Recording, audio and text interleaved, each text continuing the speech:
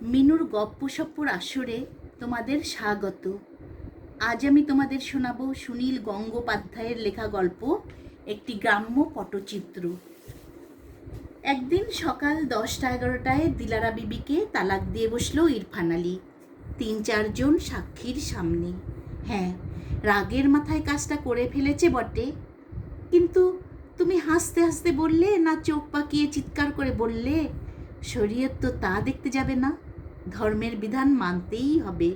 হয়েছে কি, 2 দিন আগেই বাড়ির পুকুর ধারের বেলগাছ থেকে 5টা পাকা বেল পাড়া হয়েছে। অত বেল কে খাবে? বাড়িতে অতিথি এলে বেলের পানা করে দিলে তারা খুশি হয়, তাতে চায়ের খরচও বাঁচে। সেটেলমেন্ট অফিসে 2জন কর্মচারী, পঞ্চায়েতের সুখেন্দ্রবাবু আর ইরফানের এক চাচার সঙ্গে কথাবার্তা বলছিল ইরফান উঠোনে জামরুল গাছের ছায়ায় বসে। কাজের কথা শেষ হয়ে গেছে, তবু সেটেলমেন্টের বাবু দুটির ওঠার নাম নেই। দুপুরবেলা একবার কোর্টে যেতে হবে ইরফানকে, তাই সে স্ত্রীর উদ্দেশ্যে হেঁকে বলল, দিলু, বেলের শরবত বানিয়েছিস তো সকালে? কয়েক গ্লাস দিয়ে যা। দিলারা সাড়া দিল না, সে ঘরের মধ্যেই আছে, শুনেছে নিশ্চয়ই। এই বর্ষায় নদীর ভাঙন হয়েছে খুব, এপারেই ভেঙেছে বেশি।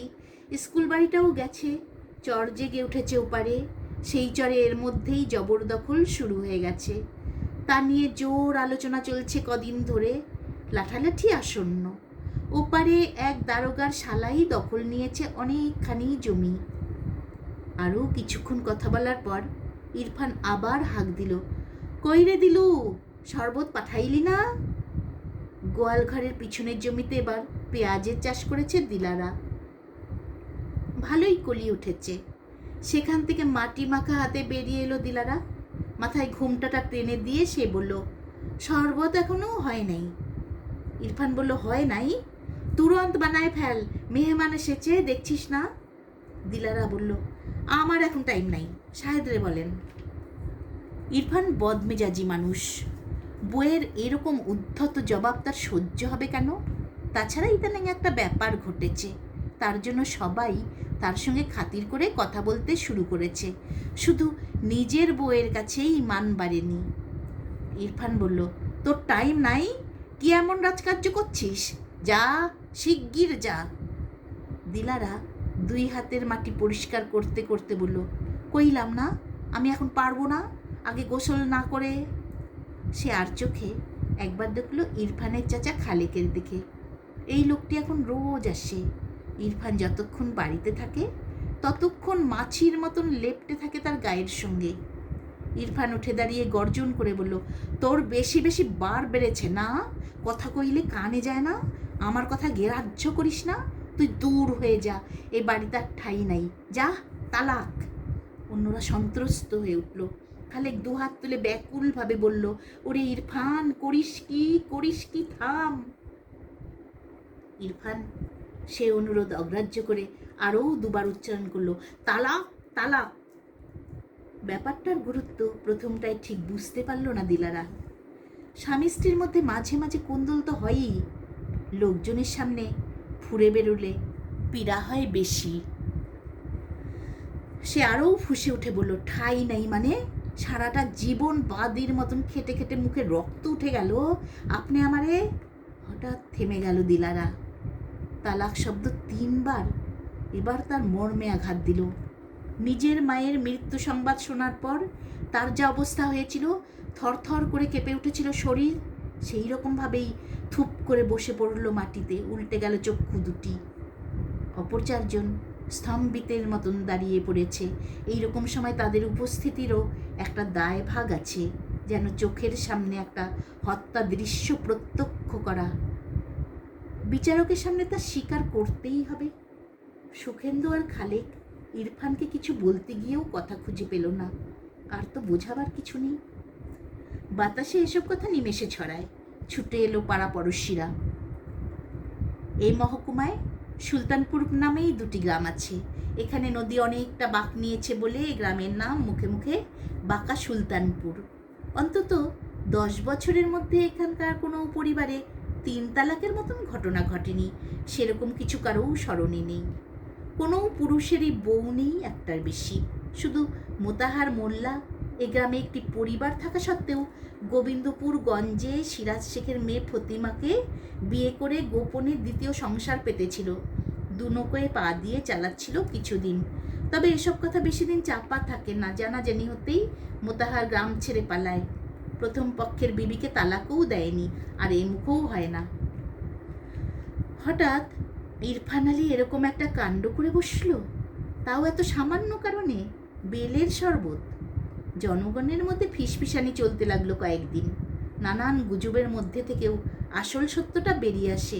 এমন কিছু করতেই তো পারে ইরফান, তার যে নতুন ডানা গজিয়েছে। রাগের মাথায় না ছাই। আগে থেকে ভেবে চিনতে কয়েকজন বাইরের লোককে সাক্ষী রেখে সে যাত্রাপালার মতন তেজি গলায় 3বার তালাক উচ্চারণ করেছে, যাতে কারো বুঝতে অসুবিধে না হয়। দিলারাকে ত্যাগ করার জন্য সে বদ্ধপরিকর। খোদা যাকে দেন তাকে ছপ্পর ফুঁড়েও দেন। ইরফানের এখন সেই অবস্থা। জমি জিরের বেশি নেই ইরফানের। বাপদাদার জমি শরিকি ভাগাভাগির পর ইরফান পেয়েছে 4 বিঘে, 2 ফসলি। তাও আমন চাষটা ভালো হয়, পরেরটা তেমন সুবিধের না। সংবৎসরের খোরাকিটা কোনো রকমে হয়ে যায়। এছাড়া বাজারে একটা টেলারিংয়ের দোকান আছে তার, সে দোকানের আয়ও যৎসামান্য। একটাই সেলাই মেশিন, কখনো ইরফান নিজে চালায়, শিবু নামে একটি অল্প বয়সী ছেলেকেও রেখেছে। লুঙ্গি আর ফতুয়াই সেলাই করে, অন্য বিশেষ কিছু সুবিধে করতে পারে না। পারলেই বা কী হতো। বছর দেড়েক আগে একটা রেডিমেড বস্ত্রালয় খুলেছে মহাপাত্ররা 2 ভাই। সে দোকান এখন চলছে রমরমিয়ে, সব কিছুই পাওয়া যায়, দামও একটু সস্তা। কেউ আর ছিটে কাপড় কিনে সেলাই করতে চায় না। বস্ত্রালয়ের পাশে ছিদামের মুদিখানা, তার পাশে গণেশের চায়ের দোকান। সেই দোকানের বাইরে নুলনিতাই বসে থাকে একটা টুল পেতে। আর কোনো কাজকর্ম সে পারে না, সে লটারির টিকিট বিক্রি করে। পাশের গ্রাম চরভাংরাহাটির বাজারে শ্রীকৃষ্ণগড়াইয়ের বড় লটারির দোকান। নুলনিতাই তার সাব এজেন্ট। খ্যানখ্যানে গলায় নিতাই চায়ের দোকানের খদ্দেরদের টিকিট কেনার জন্য ঝুলোঝুলি করে। অনেক টাকার আশায় সবাই 1বার 2বার 5-10 টাকার টিকিট কিনেছে, কিছুই হয় না, টাকাটাই জলে যায়। 5 টাকা 10 টাকা দামও কম নাকি? এখন আর কেউ কিনতে চায় না। নিতাইকে নতুন লোক ধরতে হয়, বার করতে হয় নতুন নতুন উপায়। ইরফান লটারির টিকিট কিনেনি। তার দোকান থেকে নিতাই একটা ফতুয়া সেলাই করার জন্যে অগ্রিম টাকা দিয়েছিল 5 টাকা। মাল ডেলিভারির সময় বাকি 10 টাকা পরে দেবে বলে যায়, তারপর দেয় না। ইরফান একদিন রূঢ়ভাবে তাড়া দিতেই নিতাই কাচুমাচু হয়ে বলল, ভাই ডি, বড় টানাটানি যাচ্ছে, যদি একটা উগার করো। এই সিকিম লটারির 1খান টিকিট তুমিই জমা রাখো। এই টিকিটের দাম 20 টাকা, তোমারে কিছুই দিতে হবে না। আর যদি কপালে লেগে যায়, ফার্স্ট প্রাইজ 1 কোটি টাকা, তুমি রাজা বাদশা বনে যাবে। লোকে যেভাবে কেউ পায় না তা ঠিক নয় গো। হরিদেবপুরের নবীন সাতটা পেয়েছে 20 লাখ। তারপর ধরো করম শেখ, সেও একবার। কোনো রকম আশাই করেনি ইরফান নেহাত নিতাইকে ক্ষমা ঘেন্না করে সে টিকিটটা নিয়েছিল। তার ভাগ্যেই শিখেছিল। চরভাংরাহাটি শ্রীকৃষ্ণগড়াই নিজে এসে নম্বর মিলিয়ে বলে গেল, সিকিম রাজ্য লটারির 3rd প্রাইজ পেয়েছে ইরফান আলী 10 লাখ টাকা। 10 লাখ! সে যে কত টাকা সে ধারণাই নেই ইরফান আলীর। একের পিঠে কটা শূন্য। কোথায়, কত দূরে সিকিম রাজ্য? সেখান থেকে তারা বেছে নিল বাঁকা সুলতানপুরের ইরফান আলীকে। টিকিটটা কোথায় রেখেছিল মনেই ছিল না, একটু খোঁজাখুঁজিতেই পাওয়া গেল অবশ্য। এই টাকা কিভাবে পাওয়া যায়? সিকিম যেতে হবে? কত লোক যে কত কথাই বলে। এখন ইরফানের ধারে কাছে সব সময় বহু মানুষের ভিড়, সবাই উপদেশ আর পরামর্শ দেওয়ার জন্য ব্যস্ত। অনেক কিছুই ইরফানের মাথায় ঢোকে না। তারপর এলো নিখিল মাস্টার। সে শুধু মাস্টার নয়, পার্টি করে, মিছিল করে। বছর 35 বয়স, ছিপছিপে চেহারা, গলায় জোর আছে। সে সবাইকে সরিয়ে দিয়ে ইরফানকে নিয়ে বসলো দর্জিখানার ভেতরে, বাইরের আগুন লেটে দিয়ে। প্রথমেই সে জিজ্ঞেস করলো, টিকিটখানা কোথায়? ইরফান সতর্কভাবে বলল, আছে, কিন্তু এখন সঙ্গে নাই। নিখিল বলল, বেশ, কারোকেই হাতে দেবে না। কেউ দেখতে চাইলেও দেখাবে না, আমাকেও দেবে না। তোমার ব্যাংকে অ্যাকাউন্ট আছে? ইরফান দুদিকে মাথা নাড়ল। নিখিল বলল, কি করতে হবে মন দিয়ে শোনো। 100 টাকা দিয়ে ব্যাংকে একটা অ্যাকাউন্ট খুলতে হবে। তার আগে তোমার ফটো তোলাতে হবে। নাম সই করতে জানো? ইরফান বলল, জানি স্যার, ক্লাস 3 পর্যন্ত পড়েছি। নিখিল বলল, ঠিক আছে, ফটো তুলিয়ে ব্যাংকে অ্যাকাউন্ট খুলবে। তারপর ব্যাংকের ম্যানেজারের হাতে টিকিটটা জমা দেবে। সঙ্গে 2-3 জনকে নিয়ে যাবে, সাক্ষী থাকবে তারা। স্টেট ব্যাংকের ম্যানেজার মনোজিৎ বাবুকে আমি চিনি, মানুষটা খাঁটি। তিনি টাকা পয়সার সব ব্যবস্থা করে দেবেন, তোমাকে আর কিচ্ছু করতে হবে না। হঠাৎ এত টাকা পেয়ে তুমি কি করবে ভেবেছ? ইরফান চুপ করে তাকিয়ে রইল। নিখিল বলল, কিছুই করো না, যেমন চলছিল তেমনি চালাও। ব্যাংকে টাকা থাক, তুমি একেবারে চেপে থাকো। হঠাৎ পাওয়া টাকা অনেকেরই ভাগ্যে হয় না, হঠাৎই শেষ হয়ে যায়। কত লোক এসে চিলুবিলু করবে, নানান ছুতোয় ভাগ চাইবে, টাকা ওর আবার কুপরামর্শ দেবে। ইরফান আলী, মাথা ঠিক রাখো। যেরকম মোটা চালে চলছিলে সেরকমই চালাও। ও টাকা পরে কাজে লাগবে। নানান পার্টির লোক এসে চাঁদা চাইবে, দেবে না, বলবে 1 বছর পর। শুধু একজন লোককে তোমার এখনই 1010 টাকা অন্তত দেওয়া উচিত। কাকে বলো তো? ইরফান বলল, 10,000? কারে? নিখিল বলল, নিতাইকে। তুমি তো দাম দিয়েও টিকিট কেনোনি, নিতাই তোমায় পাইয়ে দিয়েছে, সেই গল্পও শুনেছি। যদিও এই টিকিটটা নিজের কাছে রেখে দিত। ও বেচারা অসহায় নিঃস্ব মানুষ, ওকে কিছু দিলে তোমার পুণ্য হবে। নিখিলের কথা পুরোপুরি বিশ্বাস করলো ইরফান। মাস্টারবাবু তো নিজের জন্য কিছু চায়নি, পার্টির জন্যও চায়নি, যা কিছু বলেছে তার ভালোর জন্যই। সত্যি ব্যাংক থেকেই তার সব ব্যবস্থা হয়ে গেল। ম্যানেজার বাবু তাকে দিলেন একটা সাদা রঙের পাস বই আর একটা নীল রঙের চেক বই। কী করে টাকা তুলতে হয় তাও বুঝিয়ে দিলেন। ইনকাম ট্যাক্স ইত্যাদি কেটে কুটে ইরফানের নামে এখন জমা আছে 7,20,400 টাকা। তার বাপের জন্মে কেউ এত টাকার স্বপ্নও দেখেনি। নিতাইকে অবশ্য সে প্রাণে ধরে 10,000 দিতে পারেনি। প্রথমবার 10,000 তুলে নিতাইকে দিল 5। এত বড় একটা কাণ্ডের পর নিজের জন্য কিছু খরচ করবে না, তাও কি হয়? আত্মীয় স্বজনকে একদিন দাওয়াত তো দিতেই হবে। বাড়ির টিউবওয়েলটা কতদিন ধরে সারাবার কথা ভাবছিল, এবার না সরালেই নয়। আগে মাঝে মাঝেই যাকে মহাজনের কাছে থেকে চড়া সুদে টাকা ধার করতে হতো, এখন সেই মানুষটি যদি ব্যাংকে 7 লাখের বেশি টাকা থাকে, তাহলে তার চালচলন কি পুরোপুরি আগের মতন হতে পারে? এখন কত মানুষ তাকে খাতির করে, কথা বলে।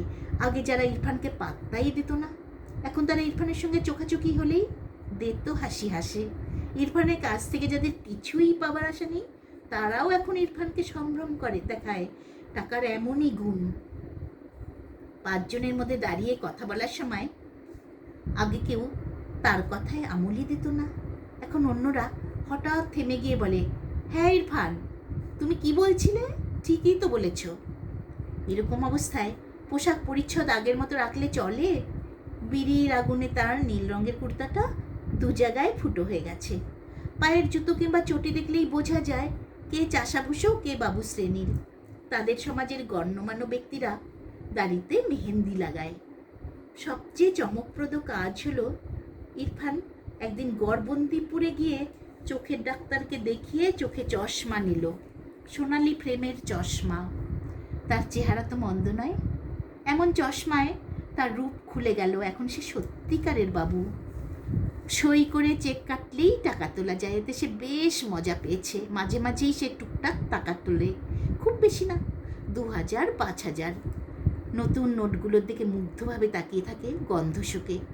আগে 1,000 টাকা রোজগার করতে শরীরে রক্ত পানি করতে হয়েছে, আর এখন শুধু ইরফান আলী নামটা লিখলেই যত ইচ্ছে টাকা আসে। নিখিল মাস্টারের কথা তার মনে পড়ে মাঝে মাঝে। ঠিকঠাক পরামর্শ দিয়েছিলেন তিনি। এখনও ইরফান তো 2 হাতে টাকাও দেয় না, কারোকে কিছু দেয়নি। কেউ এসে বাপের অসুখ মায়ের অসুখ বলে কেঁদে পড়লে কিংবা টাকা ধার চাইলেও সে বলে, 1 বছরের আগে টাকা তোলা যাবে না রে ভাই, আমার উপায় নেই। তাদের টালির ছাদের বাড়িটাতে নতুন রং করার শখ, ইরফানের অনেক দিনের পাছে লোকের চক্ষুটাটায়, তাই সেই ইচ্ছেটাকে এখনও দমন করে রেখেছে।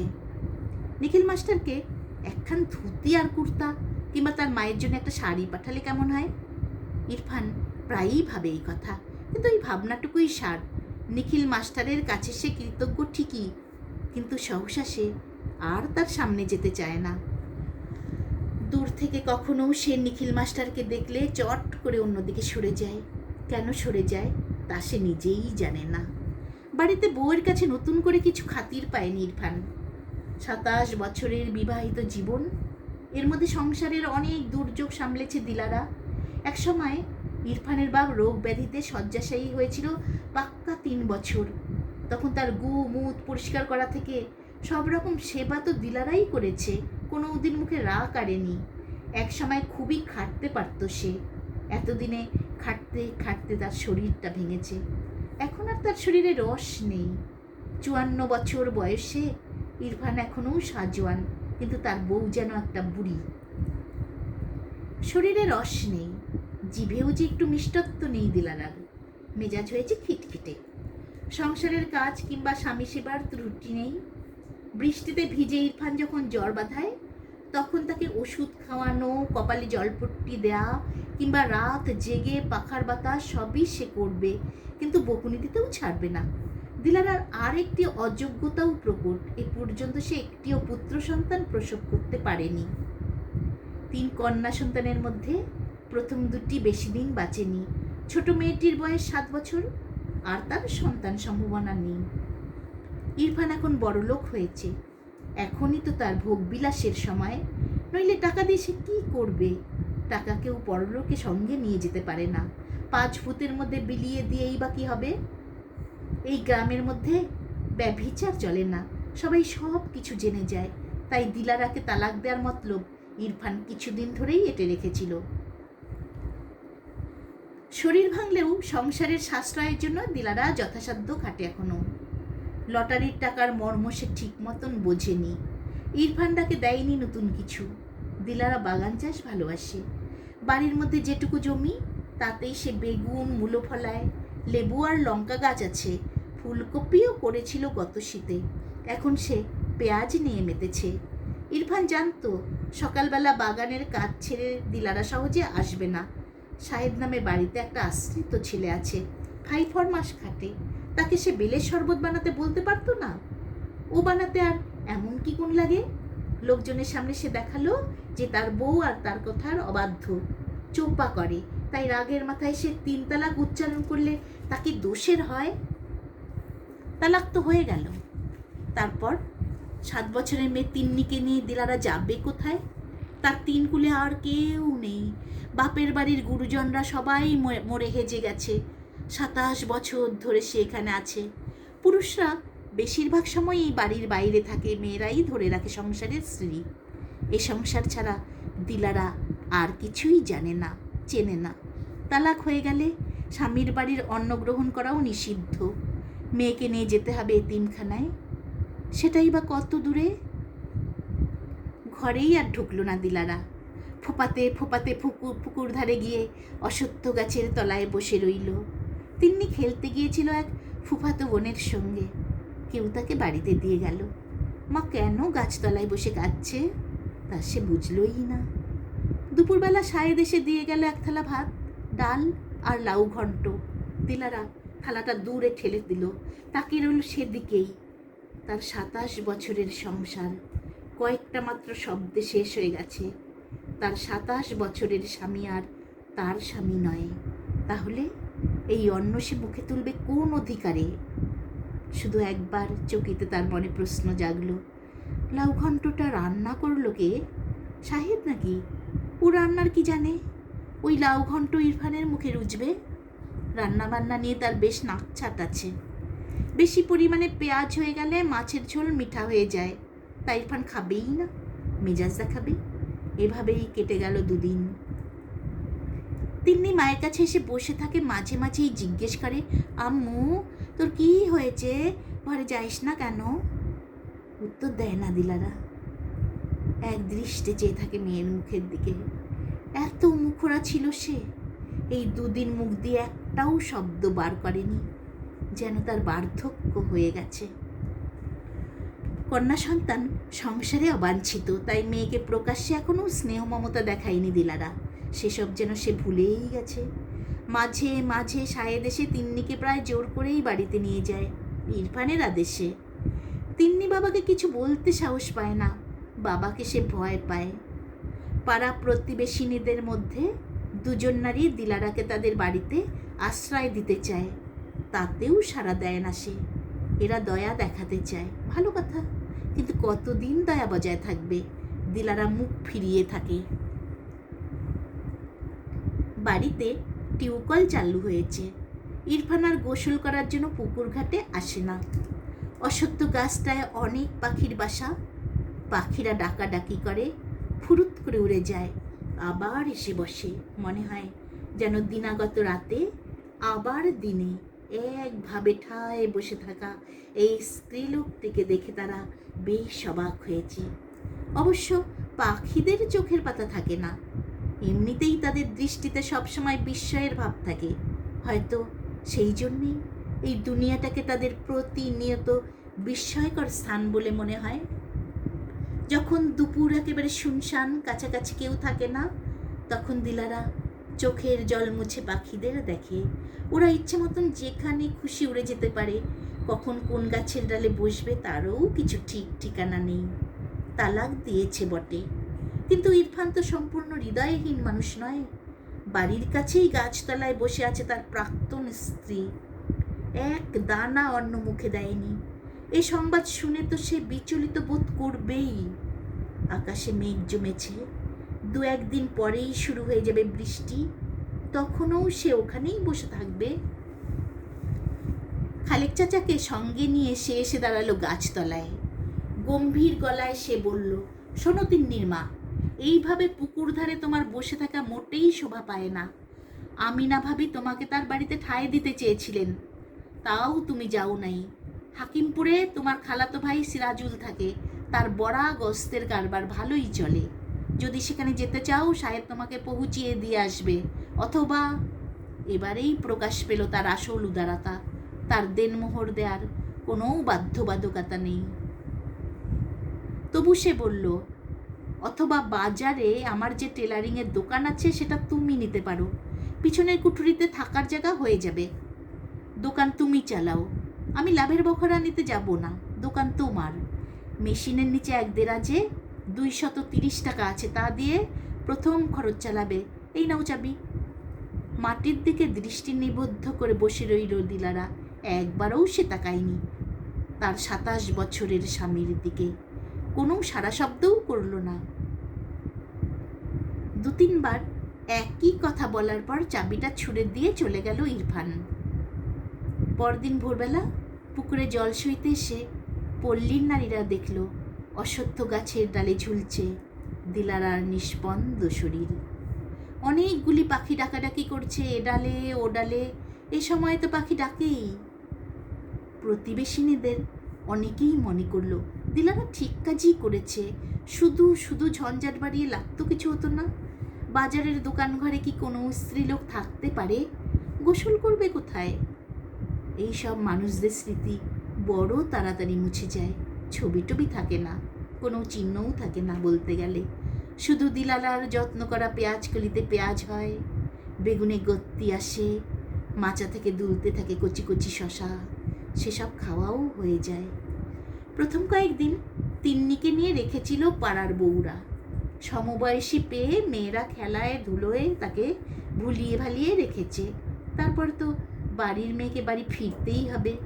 মেয়েটার স্বভাব বড় ছটপটে, এক জায়গায় বেশিক্ষণ বসতেই পারে না, একটু ফাঁক পেলেই বাড়ির বাইরে দৌড়ে চলে যায়। অথচ পড়াশুনোতে মাথা আছে, এর মধ্যেই আঁক কষতে শিখেছে, বাংলাও পড়তে পারে, যুক্তাক্ষরের বানান ভেঙে ভেঙে। গ্রামের স্কুলটি গতবার গেছে নদীগর্ভে, এখন মসজিদের পিছনে হোগলার ছাউনি দেওয়া খানিকটা জায়গায় ক্লাস হয়, সেখানে যেতে তিন্নির খুবই উৎসাহ, কিন্তু তারপর আর বাড়ি ফিরতে যেন ইচ্ছেই করে না। দিলারার ইন্তেকালের ঠিক 5 মাস পর ইরফান শাদি করল লায়লা অঞ্জুমান বানুকে, তার চেয়ে প্রায় 20 বছরের ছোট, ফর্সা হিলহিলে চেহারা, সারা শরীর দিয়ে লাবণ্য যেন ঝলকে ঝলকে পড়ছে, পাতলা ঠোঁটে সবসময় দেখুন হাসি। এই উপলক্ষে গ্রাম শুদ্ধ সবাইকে ভোজ দিল ইরফান, পীরের মাজারে চাদর চড়ালো। এ বিয়েতে গ্রামের মানুষ বেশ খুশি। অন্যায় তো কিছু নেই, আগের স্ত্রীকে তালাক দেওয়ার ন্যায্য অধিকার আছে ইরফানের। তার সঙ্গে বনিবানা না হলে আর কী উপায়?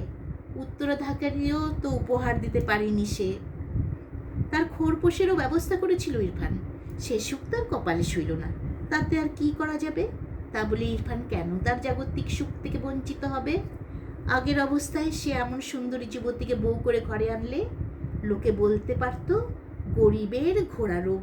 কিন্তু এখন সে এ তল্লাটের সবচেয়ে ধনী ব্যক্তি। টাকা থাকলে কত রকম সুখী তো কেনা যায়।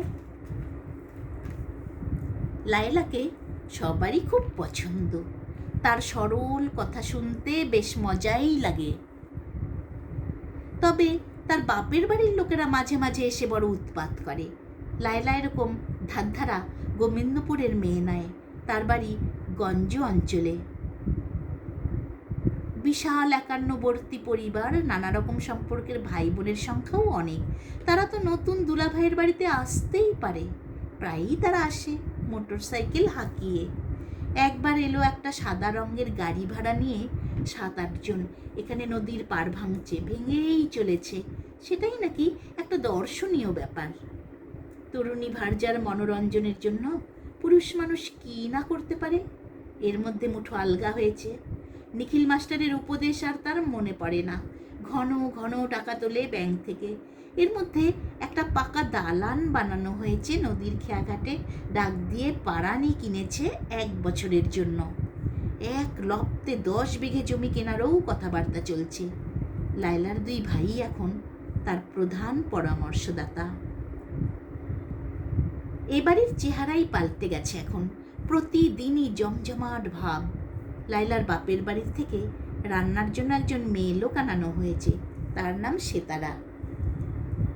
লায়লাকে সে কোলে পিঠে করে মানুষ করেছে। এখন বয়স হলেও শরীরে যথেষ্ট তাগদ। এক হাতে সে 20-25 জনের খাদ্যদ্রব্য পাক করে ফেলতে পারে অনায়াসে। বাড়িতে একসঙ্গে এত মানুষ দেখলে তিন্নি মাঝে মাঝে ঘাবড়ে যায় বটে, কিন্তু তার কোনো অযত্ন হয় না। লায়লা প্রথম থেকে তাকে সুনজরেই দেখেছে। তার নিজের মধ্যেই একটা বালিকা ভাব আছে এখনও। সৎমা শুনলেই কেমন যেন হিংসুটি ভয়ঙ্করী মনে হয়। লায়লার মধ্যে সেরকম ভাব একটুও নেই। সে নিজে গঞ্জের স্কুলে ক্লাস 5 পর্যন্ত পড়েছে। তিন্নিকে সে পড়াতে বসায় বিকেল বেলায়। ছড়া শেখাবার সময় দুজনে একসঙ্গে ছড়া বলে, মাঝে মাঝে দুজনেই একসঙ্গে হেসে গড়িয়ে পড়ে।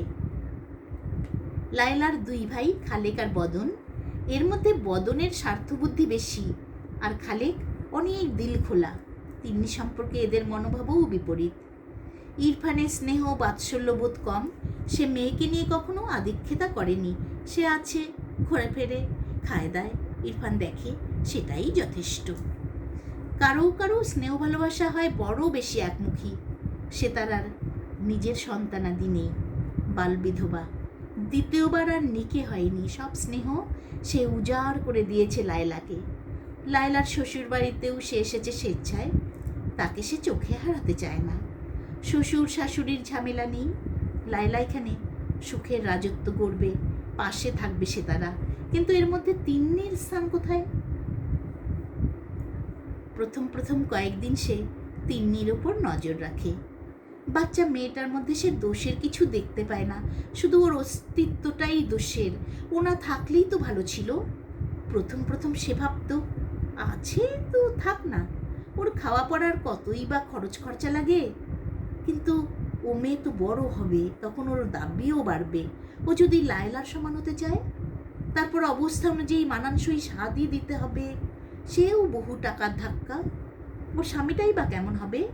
যদি একটা চশমখোর হয়, যদি সে ভালো মানুষ ইরফান মিয়াকে নিত্য শোষণ করে। এখনও 8 বছর বয়স হয়নি তিন্নির, তবু তার দিকে তাকিয়ে সে তারা বিবি অনেক দূর পর্যন্ত দেখে ফেলে। ভয়ে তার শিহরণ হয়। এখন যে বাচ্চা মেয়েটি হাসছে, খেলছে, দৌড়াদৌড়ি করছে, কয়েক বছর পরেই এ মেয়ে হবে হিংস্র বাঘিনী। লায়লার জীবন বিস্ময় করে দেবে। লায়লারও নিজের সন্তান হবে, তাকে বঞ্চিত করবে এই মেয়ে। এই সব আশঙ্কার কথা সে তারা অনবরত লায়লার কানে ঢালতে লাগলো। প্রথম প্রথম লায়লা বিরক্ত বোধ করত। কী সব অলক্ষণে কথা! তিন্নি বেশ মেয়ে, কিন্তু দিনের পর দিন একই কথা শুনলে ক্রমশ বিশ্বাসযোগ্যতা এসেই যায়। ইরফানের গোচরেও যায় এই বৃত্তান্ত।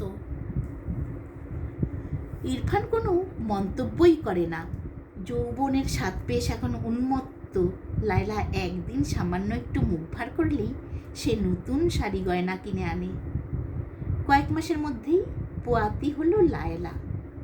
খবরটা দেওয়ার সময় মসজিদে এক হাঁড়ি রসগোল্লা বিলি করল ইরফান।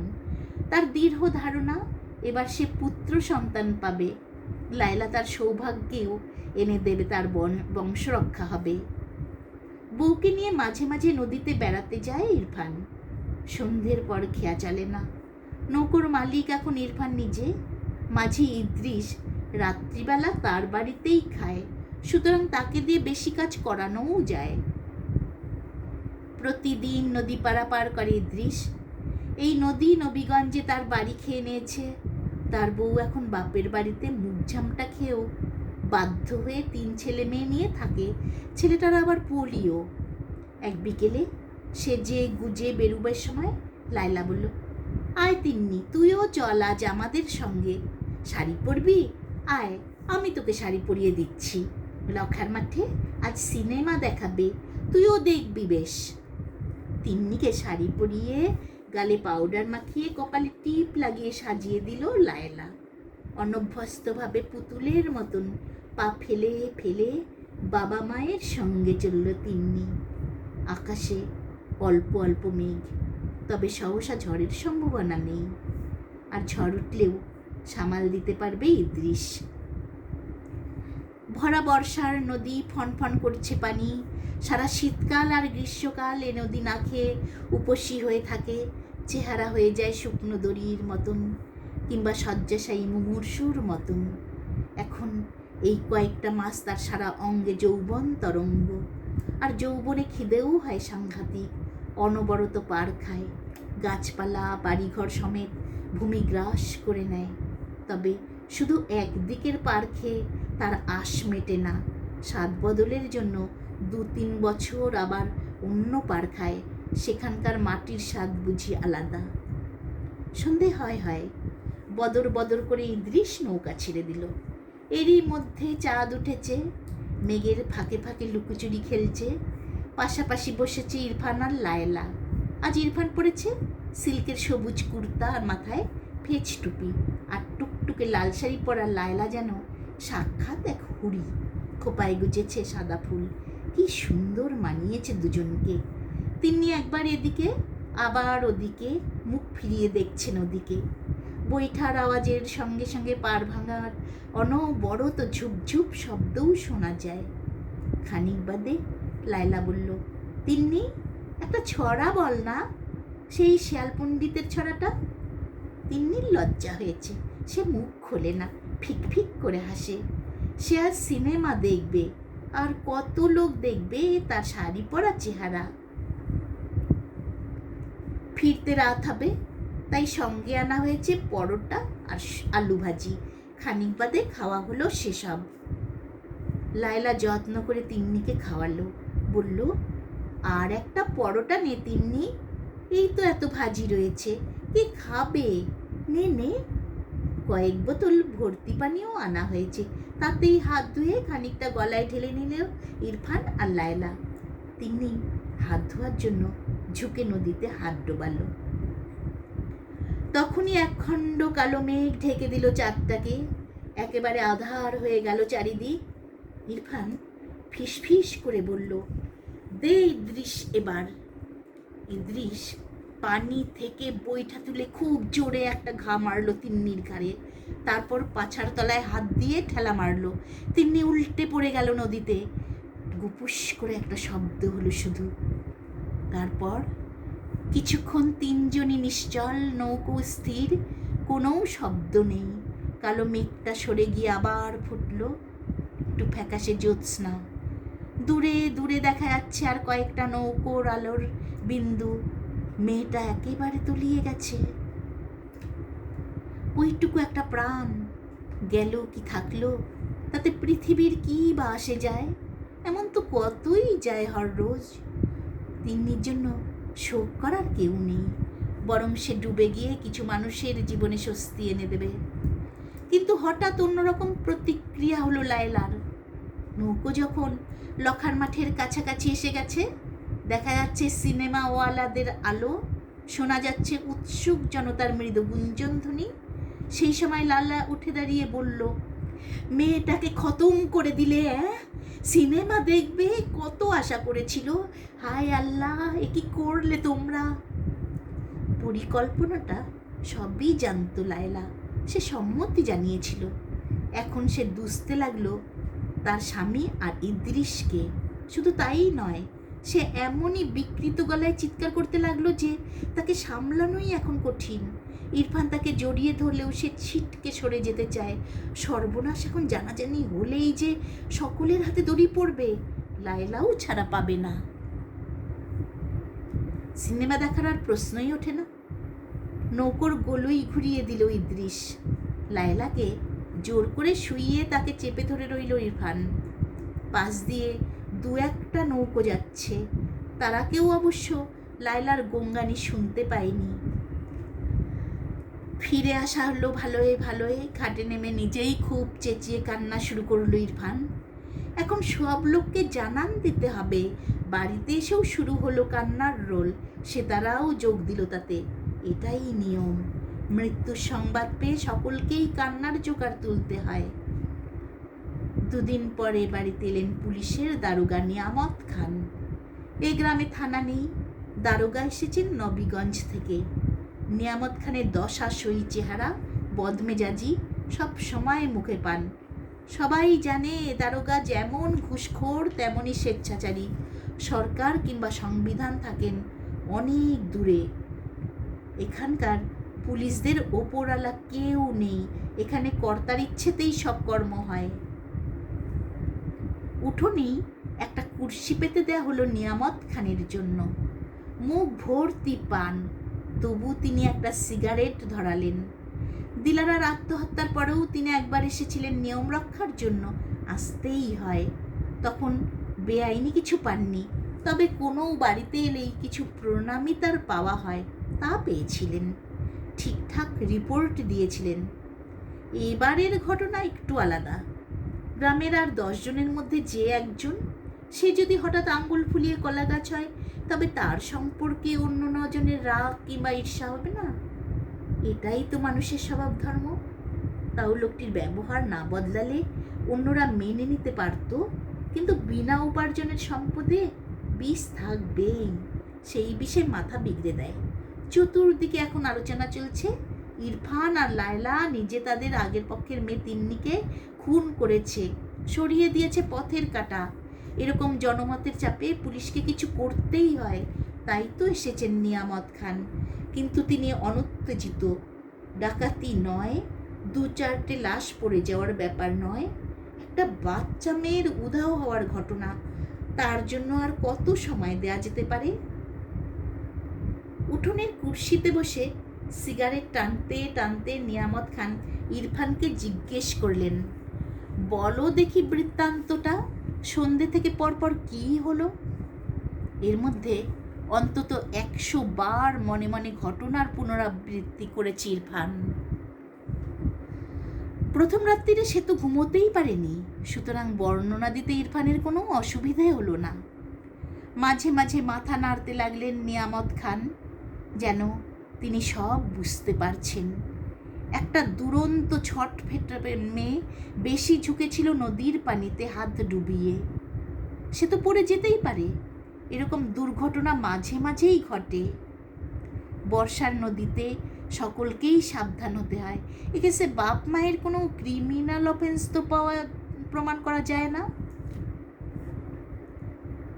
নিয়ামত খান ভোজন রসিক, তার জন্য খাঁটি ঘিয়ের বিরিয়ানি রান্না করে রেখেছে সেতারা। সেই বিরিয়ানির প্লেট দেওয়ার আগে দারোগা বাবুর হাতে একটা মোটা খাম দিল ইরফান। খামটা একবার খুলে দেখলেন নিয়ামত খান, মনে হলো 1010 নোট। তিনি মৃদু হেসে খামটা রাখলেন প্যান্টের পকেটে। স্বস্তির নিঃশ্বাস ফেলল ইরফান। মুখ তুলে উদারভাবে নিয়ামত খান বললেন, ইরফান সাহেব, আপাতত আপনাদের নামে কোনো কিছুই দাঁড়ায় না, তবু একবার আপনার বিবির সঙ্গে কি কথা বলা যেতে পারে?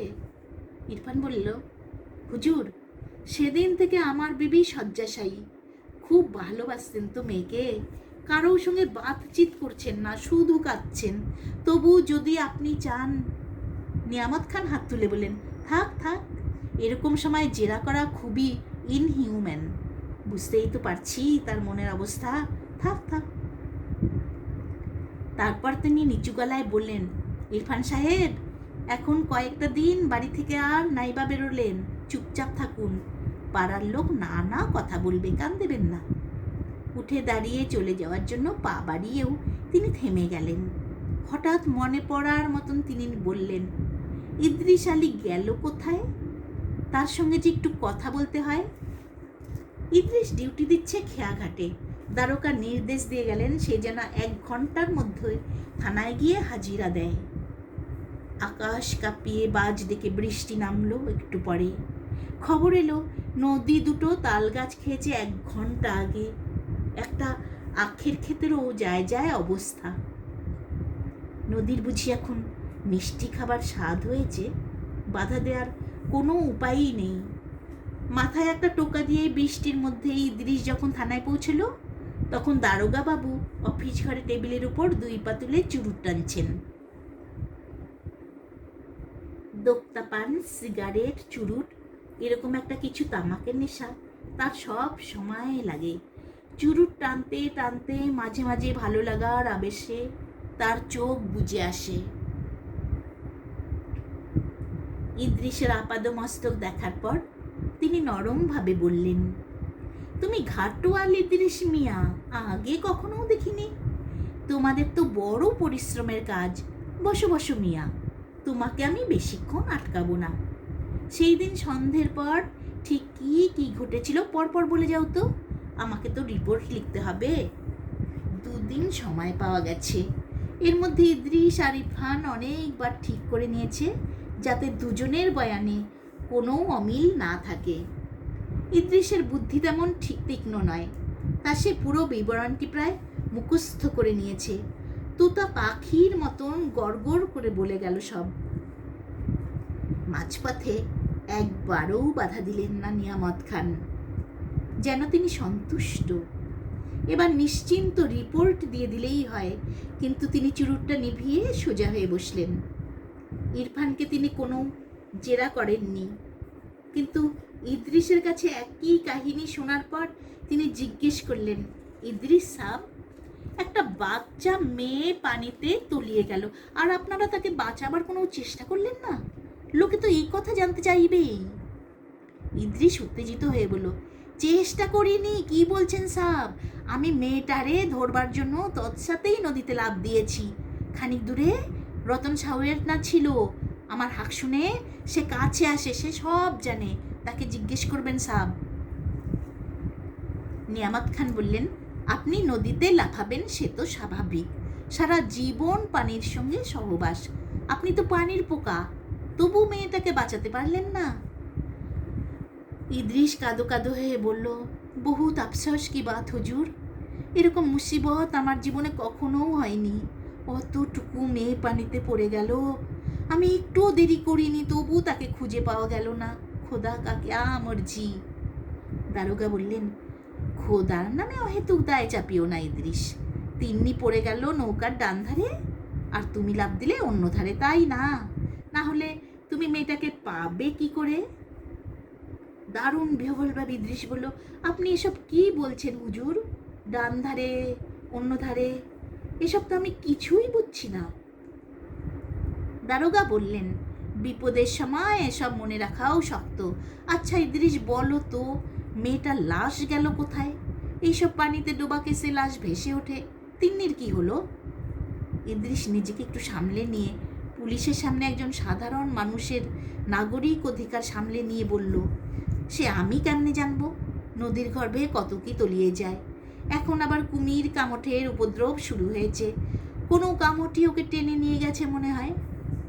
নিয়ামত খান আর একটা সিগারেট কিংবা চুরুট খোঁজার জন্য এই পকেট সে পকেট হাতড়িয়ে তারপর সামনের একটা রেকাবি থেকে এক খিলি পান মুখে দিয়ে 8 মিনিট সময় নিলেন। তারপর বললেন, কামঠে নিয়ে গেছে? কামঠ কুমির আছে জেনেও তুমি কেন পানিতে ঝাঁপ দিলে? তোমার প্রাণের মায়া নেই? ইদ্রিস বলল, হুজুর, গরিবের তো প্রাণের বিপদ প্রতি পদে পদে, ওসব ভাবলে কি চলে? এরকম একটা আত্মবাক্য শুনেও হা হা করে হেসে উঠলেন নিয়ামত খান। আপন মনে বললেন, যাত্রা টিভি সিরিয়ালের এমন ডায়লগ সবাই শিখে গেছে। তারপর তিনি হাঁক দিলেন, দরওয়াজা। একজন সেপাই পাশের ঘরের দরজা খুলে দিল। নিয়ামত বললেন, ইদ্রিস, ওই দিকে ভালো করে দেখো। ইদ্রিসে তখন ভূত দেখার মতন অবস্থা। সে ঘরের একটা টুলে বসে আছে তিন্নি, তার মাথায় একটা ব্যান্ডেজ, সে একটা ভুট্টার দানা খুঁটে খুঁটে খাচ্ছে। ইদ্রিসের মুখে আর কোনো কথা নেই। নিয়ামত খান বললেন, তুই ওর মাথায় মেরেছিলি, আঘাতটা তেমন জোর হয়নি। তোরা ভেবেছিলি ওরা মরেই গেছে। তুই কিংবা তোর মুরব্বীরা কেউই জানতো না যে তিন্নি এই বয়সেই সাঁতার শিখে নিয়েছে। যে সাঁতার জানে সে জ্ঞান থাকলে ডুবে মরে না, বুঝলি? ইদ্রিস বিস্ফারিত চোখে চেয়ে রইল। নিয়ামত বললেন, ও মেয়েটার যদি মৃত্যু হতো তাহলে তোরও নির্ঘাত মৃত্যুদণ্ড হতো, বুঝলি? মৃত্যু ঘটাবার চেষ্টাও বিরাট অপরাধ। বছর 10 তোকে আমি ঘানি ঘোরাতে পারতাম। ইদ্রিস বলল, ঠিকই তো। নেয়ামত একটু কৌতূহল ভরে জিজ্ঞেস করলেন, কি বললি? কি ঠিকই বললি? ইদ্রিস বলল, আমি পাপী হুজুর, অর্থলোভে কাজ করেছি। নিজের ছেলের চিকিৎসার কথা ভেবে না হুজুর, কোনো কারণেই অপরের প্রাণ নেওয়া যায় না। আমার যা হয় হোক হুজুর, আমি তিন্নির মৃত্যুর জন্য দায়ী, আমাকে শাস্তি দিন। নিয়ামত বাঁকা সুরে বললেন, এখন ধরা পড়ে তুই শালা আমাদের মন ভেজাবার চেষ্টা করছিস। শাস্তি তোকে পেতেই হবে। ওসব অভিনয় আমরা অনেক দেখেছি। ইরফানের কাছ থেকে যা টাকা পেয়েছিস সব লুকিয়ে রেখেছিস অন্য জায়গায়। তোর ছেলে মেয়েদের তুলনায় তিন্নির জীবনের বুঝি কোনো উদাম নেই? ঘুষখোর বাজখাই ধরনের দারোগা নিয়ামত খান তিন্নিকে ডেকে আনলেন সামনে। তার দিকে কয়েক মুহূর্ত চেয়ে থেকে বলেন, wonder, life is full of wonders. Haridevpur শ্মশানে সবাই প্রথমে তিন্নিকে পেয়ের জন্যই ভেবেছিল। তখন মধ্যরাত্রি, এ সময় শ্মশানে কোনো শবদেহ আসে না বলতেই গেলে, কিন্তু বেশ কিছু গেজেল সেখানে আড্ডা মারে, দুজন সাধুর আকড়ায় ধুনি জ্বলে। সেই সময় নদী থেকে উঠে আসা এক জীবের ক্রন্দন শব্দ শুনে শ্মশানচারীরা সন্ত্রস্ত হয়ে উঠেছিল। হামাগুড়ি দিয়ে আসছে প্রাণীটি, মনুষ্য আকৃতি, শরীরে এক বিন্দু সুতো নেই, রক্ত কাদা মাখা, মাঝে মাঝে থামছে আর ফোপাচ্ছে। সাঁতার জানে বলেই বেঁচে এসেছে তিন্নি। তার পরনের শাড়িটারি কোথায় খুলে গেছে। চেহারাটাও তখন এমনই বিভৎস যে দেখলে ভয় লাগারই কথা। শেষ পর্যন্ত সেই শ্মশানের লোকেই তাকে খাদ্য ও বস্ত্র দিয়েছে, ব্যান্ডেজ বাঁধা হয়েছে মাথায়, আশ্রয় পেয়েছে বান্ধব সমিতিতে। 2 দিন আগে যে সাক্ষাৎ জমের গাছ থেকে ফিরে এসেছে, তিন্নির মুখ দেখে তা বোঝার উপায় নেই। দিব্যি কামড়ে কামড়ে খাচ্ছে ভুট্টার দানা। বেশ কয়েক পলক তিন্নির দিকে তাকিয়ে থাকার পর নিয়ামত খান হুকুম দিলেন, ইদ্রিসকে গারদে আটকে রাখার। লায়লা না হয় সৎমা, কিন্তু ইরফান তো সাক্ষাৎ পিতা। সেই পিতা হয়ে সে নিজের কন্যাকে খুন করার ব্যবস্থা করেছিল। এরকম একটা ঘৃণ্য অপরাধের মূল আসামি তো ইরফানই। অথচ কি আশ্চর্যের ব্যাপার, ওই স্বামী স্ত্রীকে ধরার কোনো চেষ্টাই করলেন না দারোগা সাহেব। যদিও তিনি ঘুষ খেয়েছেন, কত খেয়েছেন তা জানতে থানার কারোরই বাকি নেই। ও ঠিক জানাজানি হয়ে যাবে। কিন্তু অত বড় ক্রাইমের জন্য ওই সামান্য টাকা? অন্য সময়ে তিনি অন্যদেরও কিছু ভাগ দেন, এবার কিছু দিলেন না। অবশ্য ওই টাকার ভাগ বাটোয়ারাই বা কী হবে? দারোগা সাহেব কি আরও কিছু আদায় করার আশায় আছেন? পুলিশের কাজে যারা ঝানু হয়ে গেছে তারাও জানে শত ঘুষ দিয়েও সব অপরাধ চাপা দেওয়া যায় না, পাবলিক খেপে যাওয়ার সম্ভাবনা থাকে। তাই মাঝে মাঝে কিছু কাজ দেখাতেই হয়। এটাও একটা বেশ বড় ঘটনা। হাটে বাজারে মানুষজন এ নিয়েই কথা বলছে, তাদের চুপ করানো যাবে না। দারোগা সাহেব তা বুঝছেন না কেন? হলেও তাই পরদিনই 4-5 জন লোক সঙ্গে নিয়ে থানায় এলেন নিখিল মাস্টার। দারোগা সাহেবের সঙ্গে তার আলাপ আছে ভালোই, কিন্তু এখন উত্তেজিতভাবে চক্ষু লাল করে তেতে ফুরে বললেন, এটা আপনি কি করছেন বলুন তো?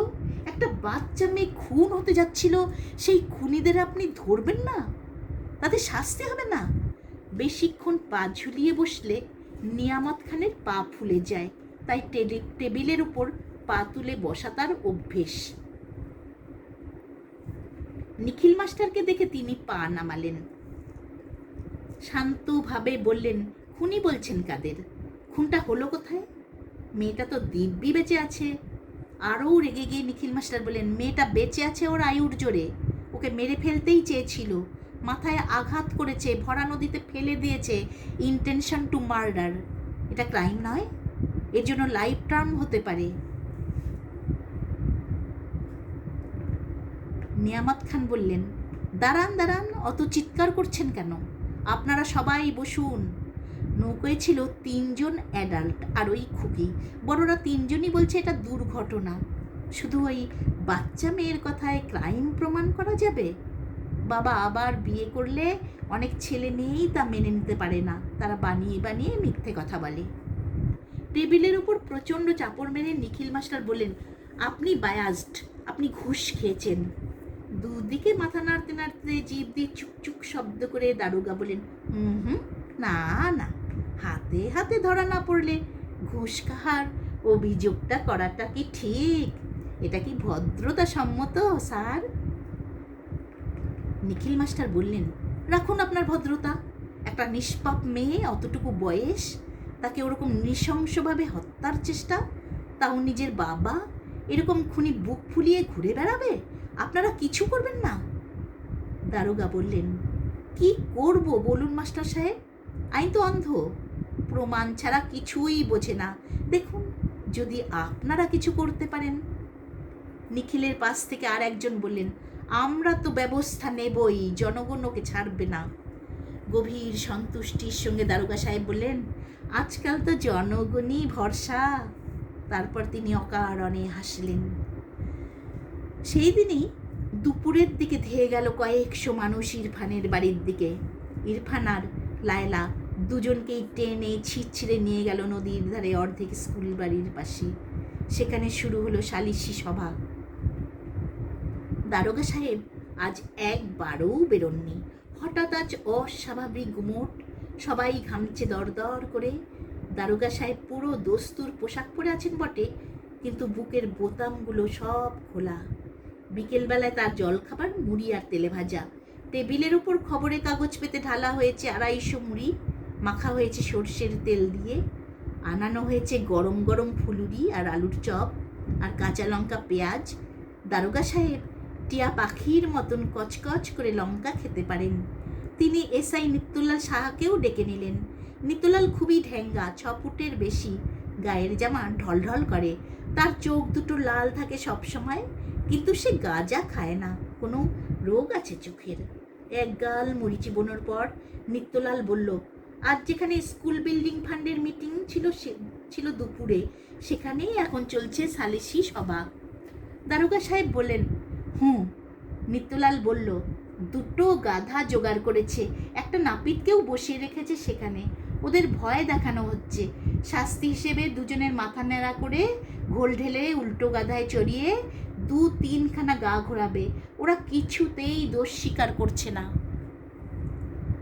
লঙ্কায় কামড় দিয়ে দারোগা সাহেব বললেন, তাই বুঝি? নিত্যলাল বলল, স্যার একটা কথা জিজ্ঞেস করব, এখন নদীর যা তেজ, সাঁতার না জানলে বাচ্চা মেয়েটা নির্ঘাত ডুবে মরতো।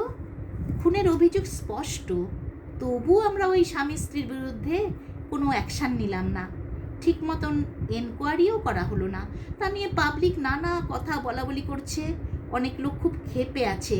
সালিশিতে হঠাৎ যদি মারধর শুরু করে, গণধোলাইতে ইরফান আর তার বউকে যদি একেবারে মেরেই ফেলে, তাহলে আমাদের থানার নামে। একটা হাত তুলে প্রশান্তভাবে দারোগা বললেন, মারবে না, মারবে না, ওরা বড় লোক। বড় লোক কখনো গণধোলাইতে মারা যায় শুনেছ? কখনো না। গরিব মানুষদেরই পিটিয়ে মারা সহজ। একটুক্ষণ চুপ করে থেকে নিত্যলাল আবার বলল, আপনি আসল কালপ্রিটকে কিচ্ছু বললেন না, আর ইদ্রিস মিয়াকে আটকে রাখলেন।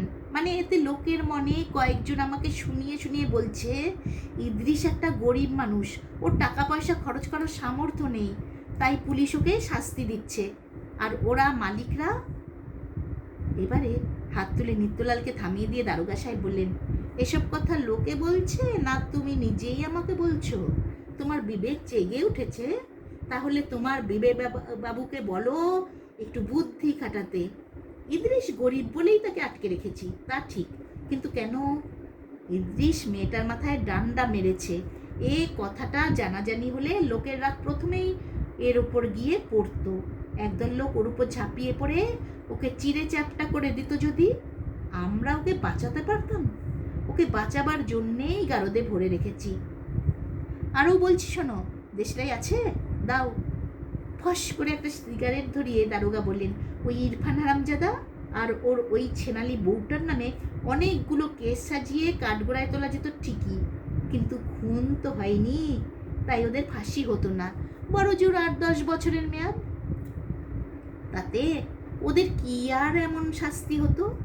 8 বছর পরে ড্যাং ডিঙিয়ে জেল থেকে বেরিয়ে আবার সুখের পায়রা ওড়াতো। আসল শাস্তি হতো কার? ওই মেয়েটার। এই 8-10 বছর সে কোথায় থাকতো? কে তাকে খেতে দিত? এ যুগে কেউ বেশি দিন স্নেহ দয়া মায়া দেখায় না, পয়সা চাই, পয়সাটাই আসল, বুঝলে? এখন জনসাধারণের যুগ, জনসাধারণকেই কেসটা হ্যান্ডেল করতে দাও। বিবেককে ঘুম পাড়িয়ে রেখে আরও 2টো আলুর চপ খাও আর চায়ের ব্যবস্থা দেখো। নিত্যলাল চুপ করে গেল বটে, মুখ দেখে মনে হলো এখনও তার মনটা যেন খুঁতখুত করছে। থানার উপরই রোজগার যখন ভাগ বাটোয়ারা হয়, তখন সেও কিছু পায়, তখনও তার মন খুঁতখুত করে। যেখানে সালিশি সভা বসেছে সেখান থেকে থানার দূরত্ব বড় জোর মাইল 2-1। ঘন ঘন সেখানকার খবর এসে পৌঁছচ্ছে থানায়। দারোগা সাহেবের কড়া নির্দেশ, কোনো পুলিশ সে সবার ধারে কাছে যাবে না। এখন পুলিশের ওপর মানুষের খুব রাগ। সন্ধ্যের দিকে খবর এলো সালিশি সবাই খুব শোরগোল চলছে, কি যেন একটা মিটমাট হয়েছে, দোষ স্বীকার করেছে স্বামী স্ত্রী। রসগোল্লা আসছে বিষ্টুময়রার দোকান থেকে। এ কথা শোনা মাত্র উঠে দাঁড়িয়ে দারোগা সাহেব বললেন, রসগোল্লা? তার মানে তো নিশ্চিন্ত খোঁজ খবর।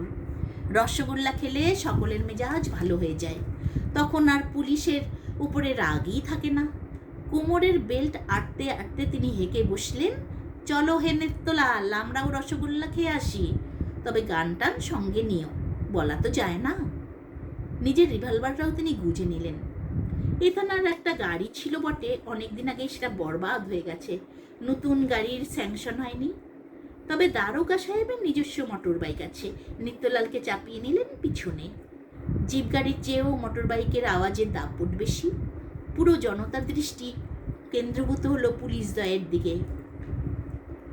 স্কুল বাড়ি রাতখানা চলে গেছে নদী গর্ভে, বাকি অর্ধেক ঝুলছে বলা যায়।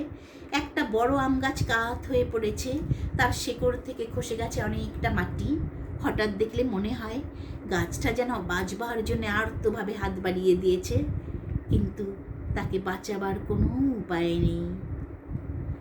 লালসালুতে স্কুল বিল্ডিং ফান্ড কমিটির আবেদন লেখা নিশানা বাঁধা আছে 2টো বাঁশের খুঁটিতে, সামনে 2টো চৌকি পাতা, সেটাই মঞ্চ।